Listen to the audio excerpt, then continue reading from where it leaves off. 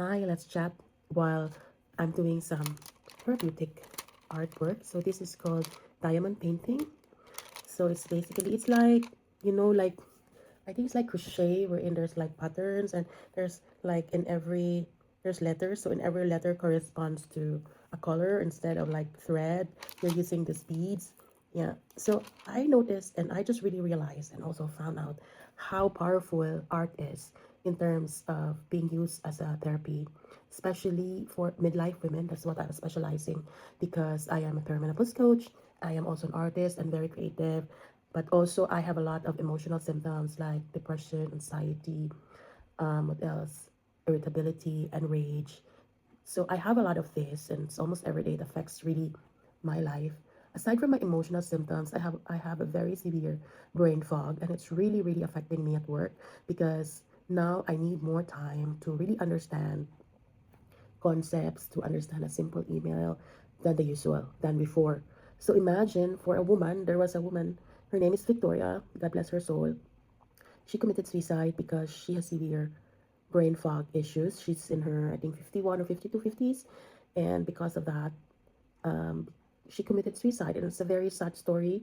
And it can really happen to anybody who doesn't have access to support, to a coach, or to a community who knows more about it. And this is more reason to really reach out to anybody, to reach out to a friend, maybe like nowadays there are many ways to reach out to, for example, Facebook groups. There's a lot of perimenopause groups. There's a lot of, for example, local groups here in Munich. We have these Facebook groups wherein you can ask information if you're suffering from something, if you're struggling from something. And it's very important to really reach out. No one should feel or experience this alone, and it can be very daunting. It can be very scary for someone maybe like her. She was an architect and suddenly she's not able to do how she does things, maybe. So she has this big fear, and the negativity and the intrusive thoughts has really succumbed her, that made her commit suicide. And they shouldn't happen again. We should discuss more if your friends, especially in midlife, when suddenly you're no longer as sharp as before, you cannot anymore present um, at work as easy as like without multiple preparations, or you cannot easily just create something or write something if you're, for example, journalist or whatever your work, whatever you're an expert of, and suddenly it's very difficult for you to do this, and you forget a lot of things, you forget a lot of words, and you might think that this is something like a disease. No, but it could also be that you are experiencing perimenopause. So please, if you are not feeling yourself, reach out. You can reach out to me. I'm also a coach. um, yeah, and also I would recommend to use art as a therapy. There's so many things that you can do. It doesn't need to be a very perfect painting or drawing, maybe just scribbling. Whatever you are creative, whatever you do that you can be creative about. The art of creating something with your hands. It can be writing, it could just be, I don't know, there's a lot of things. Reach out.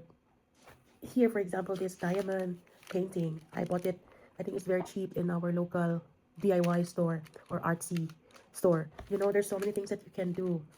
If you have a kid, join with their drawings, you know, reach out whatever you can, extend yourself creating. And also I think when you learn something new, it has a very good effect not only on as a mood boosting experience or exercise. It's also good for your brain. The coordination between your brain and your hand is also something. It creates something in your brain.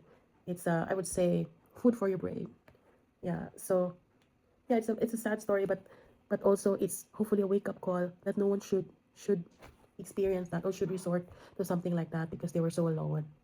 And it can really happen that you have all these very negative thoughts, especially when the people around you also doesn't know how to deal with it. um so please, and also do not forget the beauty of the magic of music. I just remember that Filipinos are poor, but they love to sing, and they sing anytime, anywhere. And it's a very good therapy, actually. It's a very coping exercises and some exercise. And sometimes I forget about that. But a simple thing of just humming something, or do some karaoke session, or dance like no one is watching. All these simple things that we forgot that we can integrate in our lives, which are very important for for nervous system regulation. Take time and do reach out. If you have a friend who has been silent, who used to be always reaching out to you, maybe this person or this friend is undergoing something, take time to reach out to your friends.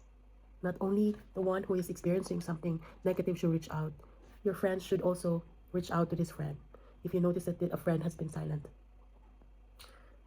it could be that they are struggling about something. You'll never know. It should be very easy to reach out in this time, in this era of our lives, when we have phones, when there's internet, you can easily send using Messenger, using WhatsApp, and all that. So I hope we reflect, and I hope we make use of the beauty of creating, of art, of whatever it is that we can extend simple things in our lives. And even by the simple having a deep breathe. Even there is something called the VU. My therapist taught me about the VU sound, like you're making a VU sound. So like you inhale like really deep and then you exhale. So you just feel the vibrations.